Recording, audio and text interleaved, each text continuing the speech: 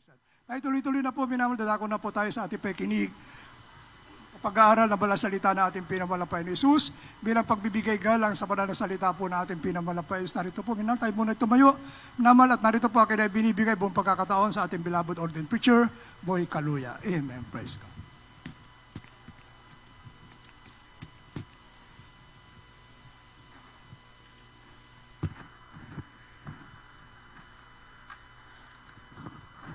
Amen. Amen. Lahat po tayo magsabing, praise the Lord. Purihin po ang ating pinakamamala Panginoon. God bless you po sa ating beloved preacher, beloved Orlando. Magandang hapon na po, maminamahal. Tayo pa panandali ang manalangin bago tayo dumako sa pinakamalagang bahagi ng ating banal na gawain, ang pakikinig ng kanyang mga banal na salita. Tayo po yung manalangin muna, mga minamahal.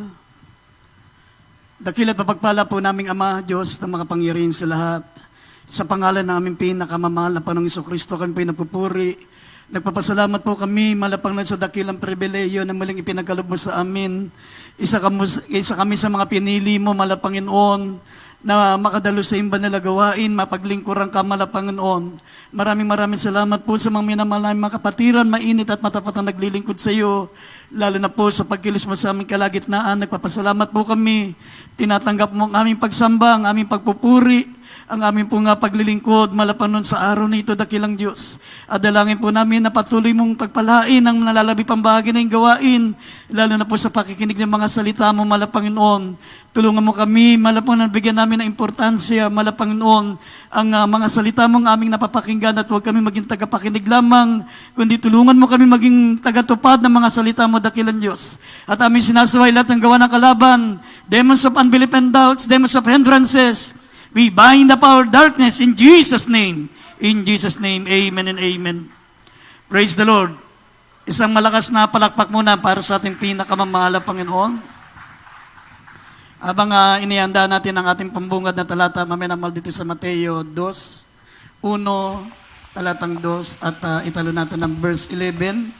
Ako muna ay magpapaabot po, maminamal, ng pagbati sa lahat ng mga minamahal ng mga anak ng Diyos, sa ating mga minamahal na manggagawa, sa ating mga beloved preachers, beloved choir members, instrumentalists, sa lahat po ng ating mga webcast viewers, Luzon, Visayas, Mindanao, sa lahat po na nakakapanood po ng ating banal na gawain, maging sa ibayong dagat, mga patira natin dyan sa ibang bansa, maligayang panonood po sa inyo, at nagpapaabot din po kung dobleng paggalang sa ating minamahal at ginagalang na Evangelista, ang ating beloved and honorable pastor, beloved evangelist Wilde Estrada Almeida, the end-time prophet of our loving God, sa lahat ng mga beloved children, the Almeida family, at sa patuloy natin pag-alaala sa mga hindi malilimutang aral natin beloved assistant pastor Lina C. Almeida. At ang pinakamataas na pagsamba, pinakamataas na pagpupuri, pagluwalhati ay para sa ating dakilang Diyos. Amen.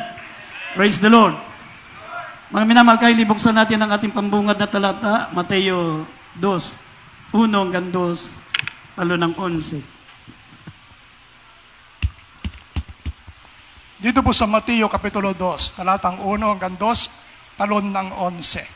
Nang ipanganak na si Jesus sa Bethlehem ng Judea, sa makarawan ng hari si Herodes, narito ang mga pantas na lalaki nagsidating sa Jerusalem mula sa silanganan na nagsisipagsabi, saan naroon ang ipinanganak na hari ng mga Hudyo? Sapagkat aming nakita ang kanyang bituin sa silanganan at naparito kami upang siya isambahin. 11. At nagsipasok sila sa bahay at nakita nila ang sanggol na kasama ng kanyang inang si Maria. At magpatira pa sila at nagsisamba sa kanya. At pagkabukas nila ng kanilang mga kayamanan, ay inihandog nila sa kanya mga alay na ginto at kamangyan at mera. Amen. Amen. Amen. Maminamahal ang ating pong paksa, pamagatan po nating what wise people do not neglect. What wise people do not neglect. Alam nyo, maminamahal, sa kalipunan ng mga tao, mga minamahal, mayroon pong dalawang kategorya ang lahat ng mga tao. Yung pong mangmang, maminamahal, at yung tinatawag na pantas. The wise and the foolish. Kung mababasa niyo po ang banal na kasulatan, maminamahal, lalo na po sa Book of Proverbs, Ang mangmang maminamahal, inilalarawan po sa mga taong makasalanan. Ang tawag ng banal na kasulatan sa hindi mananampalataya ay mga mangmang. At ang tawag ng Diyos maminamahal sa mga mananampalataya, sa mga naglilingkod sa Diyos, ang tawag sa kanila maminamahal ay mga wise. Inilalarawan sila ng banal na kasulatan maminamahal bilang mga cleaver, mga pantas. Kaya nga maminamahal, dito po sa banal na kasulatan, kinilala tayo ng banal na kasulatan maminamahal bilang mananampalataya, bilang mga wise. Mga marurunong at mga matatalinong tao. Wala nang pinakamatalinong tao maminamahal sa balat ng lupa, kundi ang mga taong naglagak ng pananampalataya sa Diyos. Kasi yan po ang mga taong sigurista. Sinisiguro nila, maminamahal, na pagkatapos ng buhay sa mundong ito, ay meron silang tinatawag na future sa langit. Hindi katulad yung mga hindi mananampalataya, mga hindi naglilingkod sa Diyos. Inuubos nila yung kanilang oras sa walang kabuluhan. Mas gusto pa nila maminamal na mag-ubos ng oras sa mga walang kwentang bagay kaysa sa pinakamahalagang bagay. Maminamal, ito po ang paglilingkod sa Diyos. Amen. Yan sa ating mga mananampalataya, maminamal, the wise people do not neglect important things. Ang mga wise, maminamal, hindi nila pinababayaan kung ano ang pinaka-importante. Tignan niyo yung mga estudyante, mga minamahal. Bakit may mga estudyante, mga minamahal, na naabot nila yung kanilang mga profession? Kasi mga wise sila. Alam nilang importante ang pag-aaral. Alam nila na ang pag-aaral ang magbibigay sa kanila sa tinatawag na taluktok ng tagumpay. Kaya nga, ginagawa nilang araw ang gabi at ginagawa nilang gabi ang araw, nagsusunog ng kilay para maabot lamang yung kanilang mga profesyon. Napaka-wise nila. Amen? Ang mga businessman, marami mga businessman, maminamahal na umuunlad, nagiging success.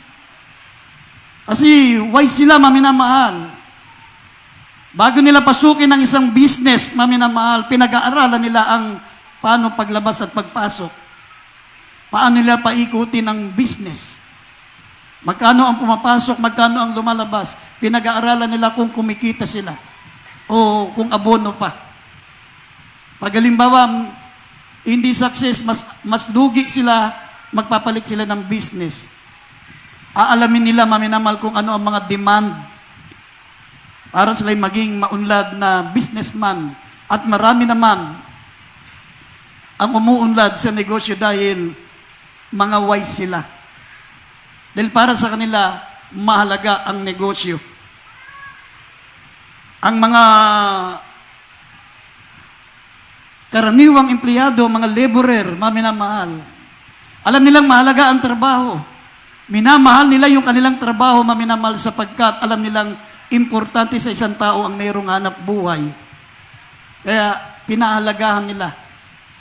Binibigyan nila ng importansya. Kaya maraming mga karaniwang empleyado ang napopromote. Dati nasa karaniwang empleyado lang sila. Paglipas ng ilang panahon, napopromote sila sapagkat nakita yung kanilang pagsisigasig, sapagkat ipinakita nila yung kanilang tinatawag na cleaver, yung pagiging wise, pagiging matalino. Amen. Pero maminamahal, sasabihin ko sa inyo, kung mahalaga ang pag-aaral, kung mahalaga ang negosyo, kung mahalaga, maminamahal, ang trabaho, mayroon pang higit na mas mahalaga. Ito po ay ang paglilingkod sa Diyos.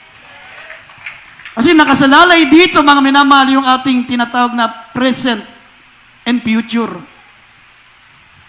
Yung sa trabaho, sa negosyo, pag-aaral, dito lang sa lupa yan. Future lang dito sa lupa yan. Pero pagdating mo sa kabilang buhay, maminamal, hindi mo magagamit yan. Hindi tatanungin ng Diyos pagharap mo sa harapan ng Diyos. Hindi niya tatanungin kung magkano na ang mga napaunlad mong negosyo, kung gaano nakarami ang iyong pera. Hindi niya tatanungin kung ano na ang mga profesyon na naabot mo. Hindi niya tatanungin kung ano ang promotion na naabot mo. Ang tatanungin niya, maminamal, kung ikaw ay may pananampalataya sa Diyos at naglilingkod sa ating pinakamamahal na Panginoon Diyos. Kaya nga, only one life will soon be passed, but only what done for Christ will last. Amen? Ang sinasabi ko sa inyo, kung mahalaga ang pag-aaral, mahalaga ang negosyo, mahalaga ang trabaho, may higit na mas mahalaga. Ito po ang ating ginagawa para sa ating pinakamamahal na Panginoon. Amen? Kaya nga, maminamahal, the wise people do not neglect, unang-una, do not neglect salvation. Kaya nga, dito sa, nabasa po natin, maminamahal, ang the three wise men. Actually, hindi naman hari sila, mga minamahal. Wise men, mga astronomers. Tinawag silang mga pantas, maminamahal, sapagkat sa pamagitan ng mga bituin, nababasa nila ang mga galaw ng bituin. Nalalaman nila, maminamahal, yung mga kislap ng bituin, alam nila, mga astronomers. Ang mga astronomers na ito, mga minamahal, ay galing po. Ang isa po ay galing sa Arabia. Ang isa ay galing sa Persia. At ang isa ay galing sa India. Nagkasundo-sundo sila, maminamahal, para hanapin, maminamahal, ang ating pinakamamahal na Panginoon Kristo, sapagkat nabasa nila, maminamahal, sa bituin na ipapanganak ang ating dakilang Diyos. Ang Diyos na gumawa ng langit at lupa, maminamahal, magkakatawang tao. Kahit hindi nila alam ang banal na kasulatan, nabasa nila, maminamahal, sa bituin. Sa pamagitan, maminamahal, ng kanilang karunungan, nakikita nila kung ano ang inihatid ng mensahe ng mga bituin na nakita nila. Kaya, maminamahal, mula sa Saudi Arabia, galing sa India, at galing, maminamahal, sa Persia. Nagsama-sama sila, maminamahal, pumunta doon sa Bethlehem, sa Jerusalem, para hanapin ang ating pinakamamahal na Panginoon, to seek salvation. Kaya nga, the wise people do not neglect salvation. Napakalaga ng kaligtasan, maminamahal. Sabi ng Biblia, for what shall profit a man if he gain the whole world, but suffer and lose his own soul? Minsan, maminamahal, hindi natin nakikita yung kahalagaan ng kaligtasan sapagkat hindi pa tayo nalalagay sa tinatawag na balag ng alanganin. Pero subukan nyo, maminamahal, alimbawang nandun kayo sa isang barkong papalubog. Pag naranasan nyo na kayo'y nakasakay sa isang barkong papalubog at walang ibang paraan para manatili, maminamahal, na kayo po ay nakalutang. Manatiling nakalutang ang barko.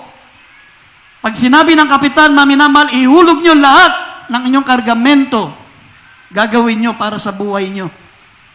Kahit naroon lahat ng iyong kayamanan, kahit ang dala mo, mga minamahal, sa mga oras na yon ay tunay-tuneladang ginto. Kahit ang dala mo, maminamahal, ay limpak-limpak na salapi. Milyon, bilyon. Pag sinabi ng kapitan, ihulog nyo ang inyong kargamento sapagat lulubog tayo. Gagawin at gagawin mo yan alang-alang sa iyong buhay. Alang-alang sa iyong kaligtasan. Amen? Kaya minsan hindi natin nakikita ang kahalagaan ng kaligtasan kasi nga hindi tayo nalalagay sa ganong balag na alanganin. Pero subukan nyo, kapag halimbawang nandun kayo sa ganong sitwasyon, magagawa nyong itapon kahit kaisa-isang kwintas na nasa leeg mo, gagawin mong itapon yan para lang sa kaligtasan mo. Amen? Kaya ang pinaka-importante sa lahat, maminamahal, ang kaligtasan ng ating kaluluwa. Sinabi ng banal na kasulatan, Ang katumbas ng ating kaluluwa, maminamahal, ay isang katumbas ng isang mundong kayamanan. Sabi ng Marcos 8:46, "For what shall profit a man if he gain the whole world?" Makanta mo lahat ng kayamanan sa mundo. Ngunit ang katumbas naman ng iyong kaluluwa. Ano ang ipapalit mo sa buhay mo? Anong ipapalit mo sa kaluluwa mo? Makanta mo man lahat ng iyong kayamanan. Makanta mo man ang buong sanlibutan, ang kayamanan ng sanlibutan, ang katanyagan, ang kapangyarihan ng sanlibutan, makamtan mo. Mga minamahal, dito sa mundo, ang buhay dito panaginip lang, parang panaginip lang, sa ikli ng buhay. Life is short. Dahil sa ikli ng buhay, maminamahal, ang buhay mo rito parang panaginip. Ay, nakasakay ka sa magaran sasakyan, nakatira ka sa malapalasyong tahanan, kumakain ka ng masarap na pagkain, tandaan mo, hindi yan ang realidad. Pag namatay ka, ang buhay mo, maminamahal ang kaluluwa mo, pag hindi ka naglingkod sa Diyos, tama-tama lang sa katawan mo, bottomless pit. Ang impyerno ay katulad ng isang hukay na sukat lang ang katawan mo, na punong-puno ng uod at punong-puno ng apoy. Nang sabi ng Biblia, where the fires and the worms never quench. Hindi mamamatay ang apoy at ang mga uod ay hindi mamamatay. At ang nakakatakot, ang impyerno, hindi pa yan ang final destination. Yan ay detention cell lang. Detention, kulungan lang. Kung mabasa niyo ang 2 Peter chapter 2 verse 4, yung tinuturo ng ating kinagisnang reliyon na purgatorio, kung mabasa niyo sa Biblia, impyerno. Walang purgatorio. Ang kulungan ng mga kaluluwang nagkasala sa harapan ng Diyos, hindi purgatorio, impyerno. At ang pinaka-impyerno, maminamahal, sa ating kinagisnang reliyon, yun na po yung dagat-dagatang apoy. Sinabi ng Revelation chapter 20, verse 14 and 15, sabi, ang lahat na hindi nakasulat ang pangalan sa aklat ng buhay, itatapon sa dagat-dagatang apoy, which is the second death. Ito, ang ikalawang kamatayan sa makatuwid ay ang dagat-dagatang apoy. Kaya nga, maminamahal, makita nyo kung paano pinahalagahan ng 3 wise men ang kaligtasan nila. Nakita nila, nakasalalay ang kalang kaligtasan, nakasalalay, maminamahal ang kaligtasan ng kaluluwa nila. Kaya kahit malayo ang Saudi, malayo ang Arabia, malayo ang India, malayo ang Persia, maminamahal ang Persia, yan po yung Iran ngayon, Iran. Ang isa'y galing sa Arabia, ang isa'y galing sa Iran, ang isa'y galing sa India. Pero nagkasundo silang magsama-sama para hanapin, mga minamahal, ang ating pinakamamahal na Panginoong Jesucristo. Sinabi rito, they seek Christ for their salvation. They worship Christ for their service. Hinanap nila ang ating mahal na Panginoon para sa kanilang kaligtasan. At nung natagpuan nila, they worship Christ for their service. Wala silang sinayang na oras, wala silang sinayang na panahon. Mga minamahal, sila'y sumamba sa mahal na Panginoon para sa kanilang paglilingkod. Yun ang mga wise. At ang sabi, they present gift for recognition. Bilang pagkilala sa mahal na Panginoong Jesucristo. They present gifts. Nagandog sila ng ginto. Ang dala ng isa ay ginto, nagpapayag ng pagkilala kay Kristo na siya'y hari. At ang isa ay nagregalo ng frankincense na pagkilala kay Kristo bilang Diyos. At ang isa ay nagandog, maminamahal ng mira, mamahaling pabango na nagpapayag kay Kristo bilang manunubos.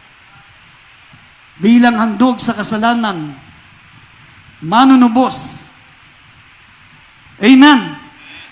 Kaya nga kung mababasa natin ang banal na kasulatan, mga minamahal, sa Psalms 40 verse 16, at dito sa Psalms 50 verse 23, basahin po natin. Dito po sa awit, chapter 40 verse 16, sabi po, magalak At mga tuwa nawa sa iyo ang lahat ng nagsisihanap sa iyo. Yung nag-iibig ng iyong kaligtasan ay magsabi nawang palagi, ang Panginoon ay dakilain. Dito po sa Awit, chapter 50, verse 23. Ang naghahandog ng haing pasasalamat ay lumuluwalhati sa akin at sa kanya na nag-aayos ng kanyang pakikipag-usap, aking ipakikita ang pagliligtas ng Diyos. Amen. Amen. Amen. Mga minamahal, ganito po ang ginawa ng 3 wise men. Kaya nga, sinabi ko sa inyo, mga minamahal, the wise people do not neglect salvation. Sinabi rito, mga galak kayo at mga tuwa sa lahat ng mga nagsisihanap sa iyo, yaong nag-iibig ng kanyang kaligtasan. Yung palang humahanap sa ating mahal na Panginoon Kristo, yun lang yung nag-iibig ng kaligtasan. Mahal niya ang kaligtasan niya. Amen? At pag nasumpungan niya, ang mahal na Panginoon sabi, sila'y mga gagalak at matutuwa. Sapagkat, maminamahal, natagpuan nila ang kanilang kaligtasan at magsasabihin palagi, dakilain ang Panginoon. O ang Panginoon ay dakilain. Pagkatapos nila nasumpungan, maminamahal ang Diyos na kanilang kaligtasan, sabi rito, naghahandog. Ang naghahandog ng haing pasasalamat ay lumuluwalhati sa akin. Tignan nyo, maminamahal, gaano sila katalino, the 3 wise men. Wala silang alam sa Bible, hindi nila alam ang Biblia. Pero sa pamagitan ng pagbasa ng mga bituin, mga astronomer sila, alam nila kung saan matatagpuan ang ating mahal na Panginoong Kristo. Alam nila kung saan ipapanganak. At alam nila kung ano ang makalulugod sa ating mahal na Panginoon pag natagpuan nila. Alam nila kung ano ang gagawin nila. Sabi ng banal na kasulatan, they seek Christ for salvation. Hinanap nila, sabi, ang mga nagsisihanap sa akin ay makatatagpo ng kaligtasan. Amen? Nabasa natin, maminamahal, sabi, yaong nagsisiibig ng kaligtasan ay magsisihanap sa iyo. Kaya ang mga taong makasalanan, sabi ng Psalm 119, verse 155, ang mga taong masama, sabi rito, maminamahal, hindi nila hinahanap ang kaligtasan. Ay hindi, isama natin ito.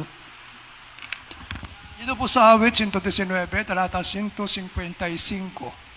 Kaligtasan ay malayo sa masama, sapagkat hindi nila hinahanap ang mga palatuntunan mo. Amen. Amen. Ang kaligtasan ay malayo sa masama, sapagkat hindi nila hinahanap ang pangapalatuntunan ng Diyos. Pero tayo ngayon, maminamahal, nasa tunay na gawain na ng Diyos. Amen? Huwag nating pabayaan, maminamahal, sabi ng Hebrews chapter 2, verse 3 and 4, na huwag natin pababayaan ang ating mga kaligtasan. Sabi rito, paano tayo makatatanan kung ating pababayaan ang ating kaligtasan? Napawang sinaksiyan ng Diyos na kasama nila sa pamagitan mga tanda ng mga kababalaghan at mga saganang kapangyarihan at kaloob ng Espiritu Santo ayon sa kanyang kalooban. How shall we escape if we neglect so great salvation? Maminamahal, huwag tayong magkampante na tayo po'y nasa tunay na nagawain na ng Diyos. Isipin natin, nakatiyak na tayo ng kaligtasan. Mga minamahal, pwede pang agawin sa atin yan. Nasa Revelation chapter 3, verse 11, baka kunin sa iyo ng iba. Pangawakan mong matibay ang nasa iyo, baka kunin sa iyo ng iba. Yung putong, the crown of life, baka agawin sa iyo. Sabi, paano pa tayo makatatanan kung pababayaan natin ang ating dakilang kaligtasan? Na sinaksiyan ng Diyos, na ang Diyos ay kasama natin sa pamagitan ng mga signs and wonders and miracles. Samantalang sa ibang pananampalataya, puro faith sila, walang miracles. Amen? Sa ating kinagisnang reliyon, wala tayong nasaksiyang mga patunay na ang Diyos ay Diyos ang pinaglilingkuran natin doon dahil puro Puro katang-isip. Ang Diyos sa atin, maminamahal, ay katang-isip. Wala tayong naranasang himala. Hindi natin naranasan na iniligtas tayo. Hindi natin naranasan na gumaling tayo sa sakit. Hindi natin naranasan na tayo'y tinugon ng Diyos. Ngayong nasa gawain na tayo ng mala Panginoon, sabi ng Biblia, now is the accepted time. Now is the day of salvation. Ang kaligtasan natin laging ngayon. Pag mainit ka ngayon, bukas malamig ka. Sinabi ng Ezekiel chapter 3, verse 18 hanggang 20, hindi niya aalalanin ang kainitan mo ngayon. Hindi niya aalalanin ang kainitan mo noon. Ang titignan niya, yung panlalamig mo ngayon. Pero, kung ikaw ay malamig noon at nagpakainit ka ngayon, hindi titignan ng Diyos ang panlalamig mo noon. Ang titignan niya ay yung kainitan mo ngayon. Kaya, para sa ating mga Kristiyano, maminamahal, hindi lamang para sa mga unbeliever ang tinatawag na now is the day of salvation. Pati sa ating mga Kristiyano, lagi nating isipin, now is the day of salvation. Sabi nga ng mala pastor, maminamahal, sabi ng ating beloved pastor, lagi niyang ipinagtatagubilin sa atin, sabi niya, isipin niyo, babalik na ang Diyos bukas. Amen? Isipin niyo, kukunin ka na ng mahal na Panginoon. Isipin mo, mamamatay ka bukas. Huwag mong sayangin ang mga natitirang oras mo ngayon. Mahalaga ang kaligtasan. Huwag mong pabayaan, agawin sa iyo ni Satanas. Dahil siya'y naparito para magnakaw, pumatay at pumuksa. Amen? Lahat ng mga sinasabi ng ating beloved evangelist, beloved pastor, maminamahal, kung hindi natin bigyan ng importansya yan, tayo ang malugi. Amen? Kasi ibinigay sa kanila lahat ng sekreto ng Diyos. Lahat, wala nang inilihim ang Diyos sa ating beloved pastor, beloved evangelist. Lahat ng mga bagay na kalugod-lugod sa Diyos. Lahat ng mga gusto ng mahal na Panginoon, in-reveal na sa ating mga magulang sa mahal na Panginoon. Kaya itinuro sa atin yan. Tignan niyo yung mga ibang fellowship, mga babae nakapantalon. Ang ibang fellowship, nakakakularete ang mukha, may mga makeup, may mga kwintas, may mga hikaw. Kasi hindi in-reveal ng Diyos sa kanila yung malulugod ang ating mahal na Panginoon. Sila, yung Kristiyanong pangtatakan ng 666. Tayo, mga Kristiyanong ready to rapture. Amen. Tinuruan ng ating beloved pastor, maminamahal. Tinuruan tayo paano makatiyak na makasama sa rapture. Kaya itinuro niya, inireveal sa kanya ng mahal na Panginoon, paano makatiyak sa rapture. Kaya kung nahihirapan ka, konting tiis lang. Dahil yan ang paraan para makatiyak tayo, makasama sa pagbabalik ng mahal na Panginoon. Sila ayaw nilang sumunod. Ayaw nilang magpahaba ng buhok. Ayaw nilang alisin yung mga kwintas nila, ang kanilang mga kularete sa mukha. Ang katwiran nila, ang Diyos daw ay hindi tumitingin sa panlabas, kundi tumitingin sa puso. Pero ang revelation ng ating mahal na Panginoon sa ating beloved pastor, maminamahal, ang Diyos, tumitingin siya, sabi, maminamahal, present your bodies a living sacrifice, holy, acceptable unto God. Makikita ng Diyos na banal ang puso mo kapag nag-reflect sa panlabas mong anyo. Amen? Nagre-reflect yung kabanalan ng iyong puso sa pamagitan ng panlabas mong anyo. Paano mo masasabing banal ka? Kung ang suot mo, nakashort ka lang, nagsushort mga babae, nakasuot ng mga sexy, nakakularete ang muka. Paano masasabing banal ka? Samantalang, pag nagkatabi kayo ng prostitute, hindi malaman kung sino yung prostitute sa inyong dalawa. Halos pareho ng itsura nyo. Amen? Pero ang mga Kristiyano, malayo pa lang, alam na siya'y mananampalataya. Amen! Ang uniforme natin ay ang kabanalan. Ang Kristiyano, makita mo pa lang sa malayo, kilala na ng Diyos. Amen? Kung magsiayon tayo sa libutan, maminamahal, hindi ka makilala ng Diyos. Amen? Ginawa ka simple, ginawa ka ng Diyos, maminamahal na banal, sabi ng Biblia. Simplicity is beauty.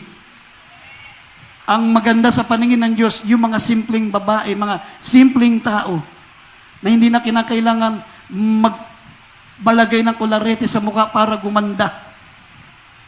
Hindi naglalagay ng mga artificial sa mukha para gumanda. Ang Diyos nagagandahan sa mga natural na beauty, na hindi ka, mga minamahal, kinakailangan magpaganda. Kahit ano pang maging anyo mo, ikaw ay napakaganda sa ating mahal na Panginoon. Amen. Dito sa 1 Corinthians 15:2, mga minamahal, tignan nyo, sabi rito,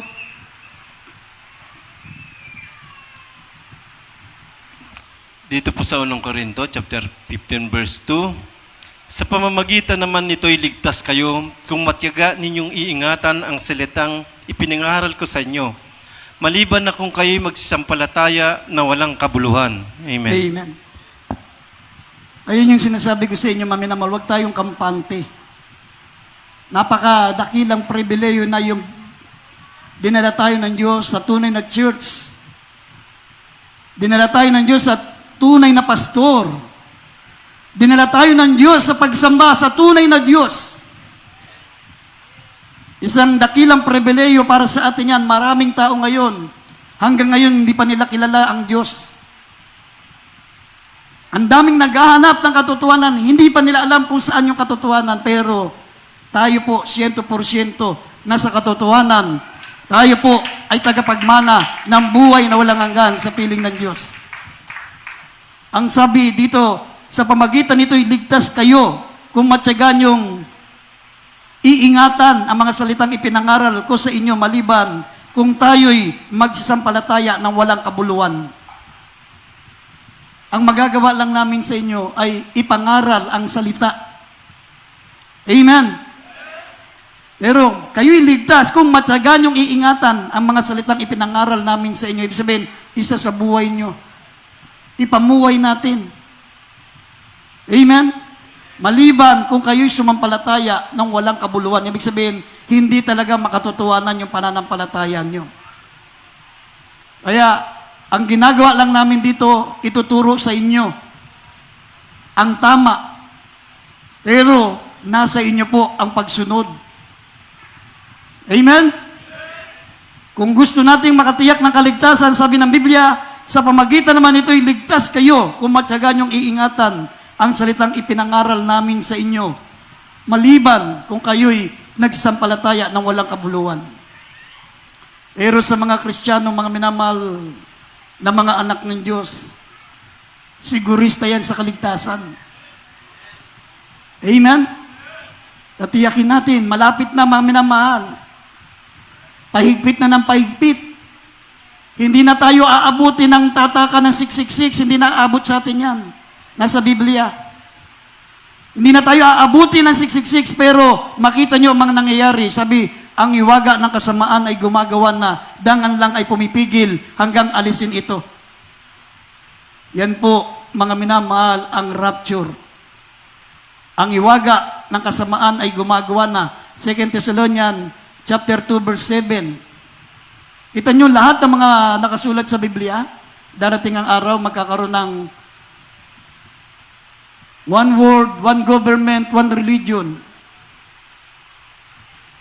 Biro mo, pag nagkaroon ng patakaran ang WHO, sunod lahat ang mga hari, mga presidente sa buong mundo.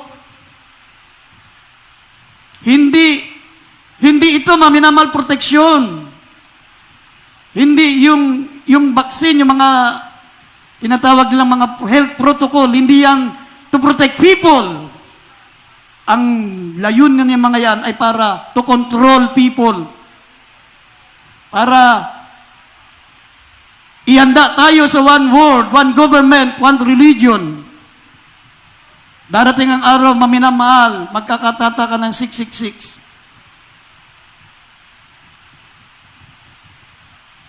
Makita nyo, pag wala kang vaccine, hindi tinatanggal na sa trabaho yung iba.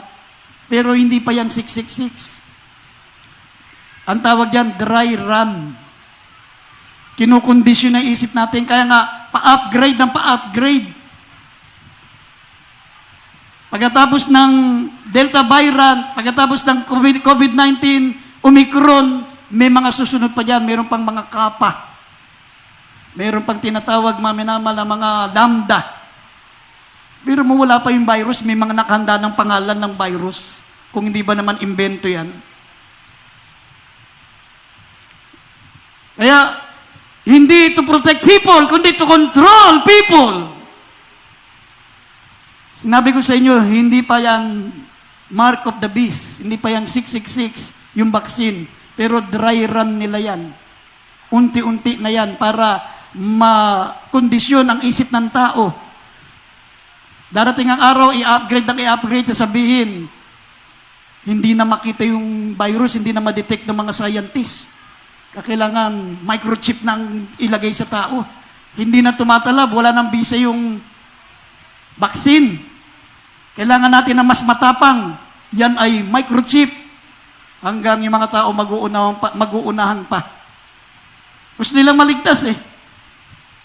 Mag-uunahan pa yan, magbalagay ng microchip. Kasi nakondisyon na yung isip nila sa vaccine na yan ay protection. Pero actually, kung tutusin, maminamahal, wala rin bisa yung kung tutusin. Tanong mo, pag ikaw ba na-vaccine ka, ligtas ka na, hindi ka na mahawa ng virus, sasabihin ng doktor, hindi sigurado. Pag ikaw ba na-vaccine, pwede ka nang makihalubilo sa mga karamihan ng tao, pwede na labagin mo na yung social distancing. Hindi pa rin. Hindi rin sigurado. Kaya nga sabi ko sa inyo mga minamahal, yan ay dry run. Kondisyon, kinukondisyon na yung isip ng lahat ng tao. Pero tayo, sinabi ng Biblia, be wise as a serpent, be harmless as a dove. Hindi kami nagkulang ng turo sa inyo, maminamahal. Pag ang isang vaccine ilalagay na sa noo, ilalagay na sa kamay, mag-ingat na tayo. Yan ang mark of the beast. Pero balikat pa na lang, hindi pa yan ang microchip, hindi pa yan yung mark of the beast. Ang problema lang diyan sa vaccine, 9 months lang pinag-aralan, ginawa tayong unggoy. Tayo ang ginawang eksperimento. Pag nabuhay, success. Pag namatay, sorry, pumirma ka. Walang mananagot na ospital sa iyo, pumirma ka. Amen? Kaya mga minamahal, sinabi ko sa inyo, hindi pa yan mark of the beast. Dry run pa lang nila yan. Kinukondisyon pa lang isip natin. Pero kung hindi nyo maiwasan, mag-ayuno muna kayo, magpanalangin para hindi tumalab ang bad side effect. Doon sa Cebu, maminamahal, buong parokya ng mga pare, nagpa-vaccine. 12. Pagsimba ng mga tao, walang paring nagmisa. Asan si Padre? Asan si Father? Andun po nakaburol yung 12 pare namin. Kung kailang nagpa-vaccine, tsaka namatay. Hindi sa tinatakot ko kayo, sa atin hindi tatalab yan. Yung bala nga, hindi tinatumatalab sa atin, vaccine pa. Kaya may vaccine o walang vaccine, poprotektahan tayo ng mahal na Panginoon. Ang gusto ko lang ipaalam sa inyo, maminamahal, maganda tayo sa kaligtasan. Anytime mag-rapture, dahil hindi sinabi ng Biblia, hindi na tayo aabutan ng tatakan ng 666. Kaya kung nakikita na natin yung dry run, nakikita natin yung mga mangyayari pagdating ng panahon, ibig sabihin, anytime mag-rapture, in a twinkling of an eye, in a moment, in a seconds, isang pikit lang na mata, pagtingin mo, wala na yung katabi mo. Pumunta ka lang sa kantin, Kung alam lang ang sikmura mo, sandali nga, makasubo ng lugaw. Pagbalik mo, wala ka na. Wala na yung mga kasama mo. Ganun lang kabilis. Kaya sabi ng Biblia, the wise people do not neglect salvation. Huwag mong sayangin ang kaligtasan. For what shall profit a man if he gain the whole world? Pagdating ng araw, maminamahal, kung paano nangyari sa Venezuela, ang pera wala ng value. Tinatapon na nila ang pera nila. Ngayon, hindi mo maibagay ang tithes and offering mo dahil nanghihinayang ka. Hindi ka makatulong sa church dahil nanghihinayang ka. Ang laki ng gastusin ng church, hindi ka makatulong dahil nanghihinayang ka. Amantalang, kung gagamitin mo sa church, sabi ng Biblia, babayaran sa iyo ng mahal na Panginoon. Nag-i-invest ka na sa langit, babayaran ka pa ng mahal na Panginoon Diyos. Samantalang balang araw, magiging papel na lang yan. Itatapon mo yan, wala nang kwenta. Bakit hindi ka mag-invest ngayon habang may value pa ang pera? Amen? Yung nagpautang sa atin, maminamahal ng milyon dito, yun ang prinsipyo niya. Sabi niya, Brad, dalang araw, wala nang value ang pera. Gusto kong maging kapaki-pakinabang ang pera ko. Ipagamit ko muna sa gawain ng Diyos. Amen. Balang araw, maminamahal, dahil dito sa uling talata, Revelation chapter 13, verse 16 up to 18, wala nang makabibili, walang makapagbebenta, malibang ang tao ay may tatak na 666. Basahin natin. Uling talata na po kami naman. Apokalipsis Kapitulo 13, talatang 16 hanggang 18. At ang lahat, maliliit at malalaki, at mayayaman at mga dukha, at ang mga laya at ang mga alipin ay pinagbigyan ng isang tanda sa kanilang kanang kamay o sa noo. At nang huwag makabili o makapagbili ang sinuman, kundi siyang mayroong tanda sa makatuwid ay ng pangalan ng hayop o bilang ng kanyang pangalan. Dito'y may karunungan. Ang may pagkaunawa ay bilangin ang bilang ng hayop, sapagkat siyang bilang ng isang tao, at ang kanyang bilang ay 666. Amen. Amen. Amen. Dito sa 2 Thessalonica, ikalawang Thessalonica 2:7. Basahin mo na, isingit natin sandali.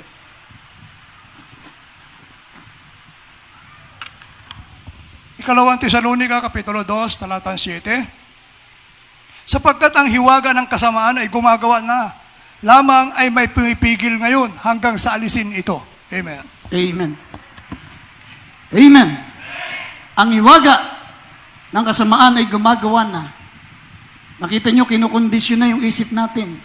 Sa Cebu, maminamahal, hindi ka pwedeng pumasok sa isang barangay na wala kang vaccine.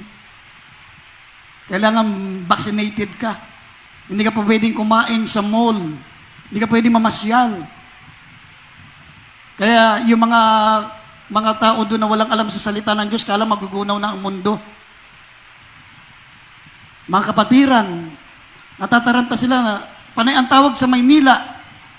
Nagtatanong, anong gagawin nila? Ang sagot natin dyan, nasa inyo. Amen? Nasa inyo yan. Pero kung matatag ang pananampalataya mo, ang gusto mong pangawakan, maminamahal ang salita ng Diyos. Kasi hindi mo sigurado kung mabubuhay ka sa baksin. Walang katiyakan yan. Kaya nga, papipirmahin kang hindi sila mananagot eh. May waiver. Pag may nangyaring masama sa iyo, yun yung sinabi ng Biblia na ang lahat ng tao ay pinagbigyan ng tatak. 666. Upang ang sino man ay huwag makabili at walang makapagbenta malibang may tatak. Hindi lang pagbibili at pagnenegosyo ang nakapaloob diyan. Meron yan 16 articles na dati nang ginawa noon 1984 sa Kenya, Africa. Nung isang malaking leader ng simbahan, yung 16 articles, hindi ka pwedeng sumakay ng mga sasakyan, jeep, bus, pag wala kang tatak. Hindi ka makapag-travel pag wala kang tatak. Hindi ka makalabas ng bahay pag wala kang tatak. Yun yung 16 articles. Kaya nga dito, sa Biblia, maraming nakapaloob dyan sa tinutukoy na upang walang makabili at hindi makapagbenta ang sinuman maliban siya may tatak. Merong 16 articles yan. Hindi ka makapasok sa school. Pag nagkaroon ng face-to-face classes nang walang tatak, sa simula, vaccine pa lang yan. Hindi ka makabili sa grocery. Hindi ka makapagtinda. Hindi ka pa pwedeng magbukas ng negosyo. Kailangan lahat ng mga tao, Jollibee, lahat ng crew, vaccinated. Pati may-ari, vaccinated, nire-required. Hindi ka makapanghuli ng isda. Hindi ka makapag-deposit sa bangko. Hindi ka makapag-withdraw. Lahat. Nakapaloob lahat doon, maminamahal sa tinatawag na the number of the beast. Yung 666.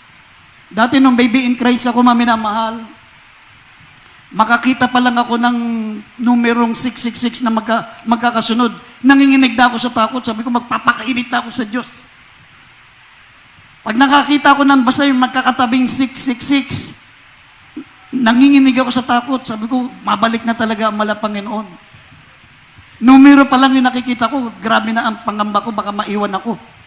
Ito, hindi lang numero nakikita natin, namamalas na natin sa paligid lahat na mga bagay na mangyayari pagka nagkatatakan. Anytime, mag-rapture. The wise people do not neglect salvation. Huwag nating pabayaan ang ating kaligtasan. Amen?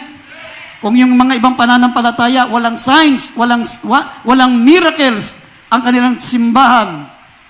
Pero nagpakatatag sila sa pananampalataya. Hindi nila tiyak kung nasa katotohanan sila. Tayo may mga signs and wonders. May mga sign na tayo'y nasa true church of the living God. Ang ating pastor ay prayerful, nag-aayuno, nananalangin 20 hours a day. Wala ka ng pag-aalinlangan na tayo po ay nasa gawain ng Diyos. Ang pastor natin tunay na pastor ng Diyos at ang Diyos natin na pinaglilingkuran ay totoong Diyos sapagkat pag binabanggit natin ang pangalang Jesus, inililigtas tayo ng mahal na Panginoon. Amen. Sinabi ng Psalms 9 verse 10, ang mga nakakaalam ng pangalan ng Diyos ay nakapaglalagak ng malaking tiwala sa Kanya. Bakit yung ibang mga ibang fellowship, ibang born again Christian, hindi makapaglagak ng pananampalataya katulad ng sa atin kasi hindi nila alam kung sino ang Diyos. Pero tayo sabi, tayong mga nakakaalam ng pangalan ng Diyos ay maglalagak ng tiwala sa Kanya. Sapagkat ikaw, Panginoon, ay hindi mo pinabayaan silang mga nagsisiyanap sa iyo. Pag tinanong mo, sino ang Diyos? Si Ama. Ano pangalan ng Ama? Ewan ko, Ama. Ama lang sila ng Ama. Paano kung amang Diablo yun? Amen? Tanongin mo yung iba, sino Diyos mo? Si Kristo. Asa si Kristo? Ayun, nakapako. Hanggang ngayon yung Kristo nila nakabitin, ribulto. Diyos-Diyosan. Tanungin mo naman iba, sino Diyos mo? Si Allah. Sinong pangalan ni Allah? Ibig sabihin ng Allah, Great God. Hindi masama ang Allah. Ang ibig sabihin ng Allah, Great God. Tanong mo, anong pangalan ni Allah? Wala, Allah lang. Pero sa atin, kilala natin sino ang Great God. Looking for the blessed hope, the glorious appearing of our great God and Savior, Jesus Christ.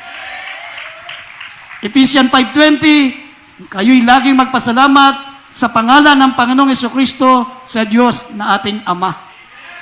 Ang pangalan ng Ama, Jesucristo. Amen! Ang pangalan ng Great God ay Jesucristo. At ang Diyos natin na si Jesucristo, hindi na nakabitin, hindi na nakapako, nandun na sa langit, maluwalhati na nasa piling, nasa langit, kukunin tayo, mga minamahal, pagdating ng araw. Everybody say, praise the Lord! Tayo po'y tumayo, maminamahal. Awitin natin ang awiting karapat-dapat. Karapat-dapat kang sambahin.